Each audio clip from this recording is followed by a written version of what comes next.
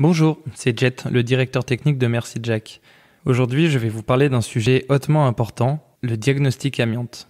Depuis l'arrêté du 16 juillet 2019 rendant obligatoire le repérage de l'amiante avant travaux dans tous les bâtiments construits avant 1997, tous les donneurs d'ordre, maîtres d'ouvrage, propriétaires, doivent réaliser ou faire réaliser un diagnostic amiante avant travaux à remettre à l'entreprise.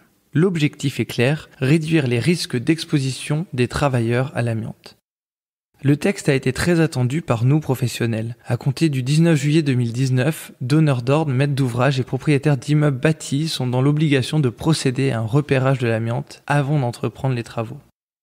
Interdit en France depuis 1997, l'amiante est considéré comme hautement toxique. Ses effets sur la santé peuvent surgir jusqu'à 30 à 40 ans après la première exposition. Selon une étude publiée en 2015 par le Haut Conseil de la santé publique, près de 100 000 décès pourraient être imputés à une exposition professionnelle à l'amiante entre 2009 et 2050, et on estime à 110 000 le nombre de salariés exposés chaque année à des fibres d'amiante. L'enjeu est clair, plus de prévention pour diminuer les risques.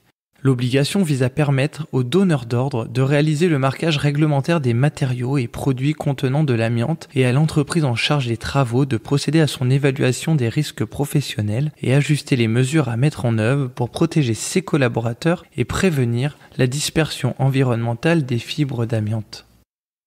Le particulier se verra dans l'obligation de remettre à l'artisan ou à l'entreprise un rapport de repérage amiante avant travaux portant sur le périmètre et le programme exact des travaux projetés.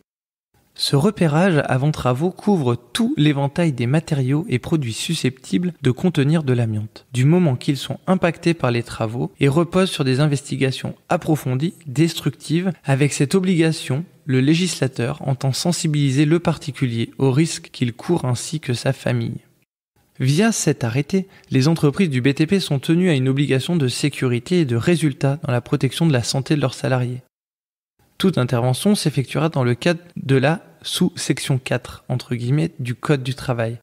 Celle-ci détermine les obligations du chef d'entreprise en matière de prévention et de protection de ses collaborateurs qui interviennent sur les chantiers pouvant entraîner l'émission de fibres d'amiante.